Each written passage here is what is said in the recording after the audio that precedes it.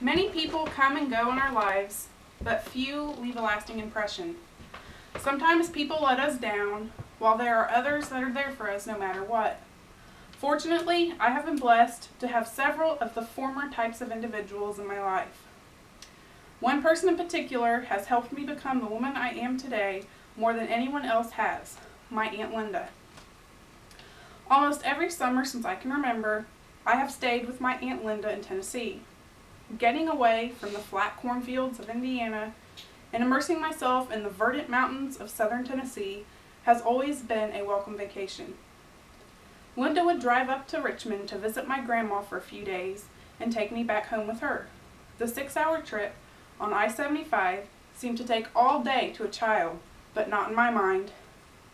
We blasted country music with the car windows rolled down, the hot summer air whipping our hair around as we sang along. If the weather was hot and muggy, which is common in the South, Aunt Linda and I would throw on our swimsuits, fill a cooler with ice and beverages, and head to Farmer's Pond. The spring-fed pool was always ice cold, even on the steamiest of summer days.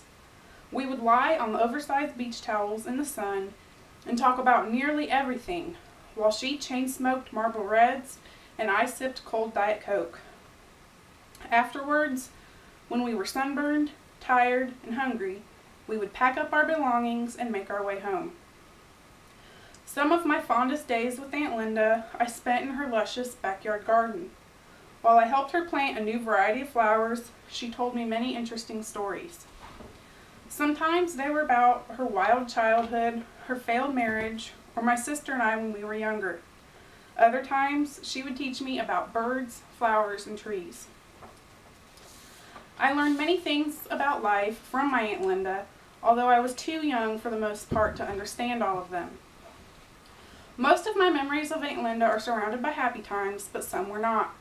When my mother was involved in a car accident in 2001, Linda was right there to help my dad, my sister, and me. My mom was badly injured and in the intensive care unit of an Indianapolis hospital. Aunt Linda drove up from Tennessee on Mondays to stay with us for the week so that Dad could stay with Mom at the hospital. On Fridays, Linda would drive back to Tennessee to work the weekend. She continued this pattern for several weeks until my mother passed away. Dad was devastated when Mom died, so Linda continued to stay with us until our pain eased. At the time, I did not realize the sacrifices Linda was making to be with us, leaving her teenage daughter with her ex-husband, spending hundreds of much-needed dollars on gasoline for the trips, and even calling off work so that she could stay longer with us. Today, I realize that not many people would be willing to sacrifice their time and money to help family as much as she helped us. I do not know what I would have done without her. She helped us with absolutely no expectations for reward. That is just the kind of beautiful person she is. As a teenager, I had many problems and questions about boyfriends, school, and friends. Usually, a girl can talk to her mother about these things, but I could not.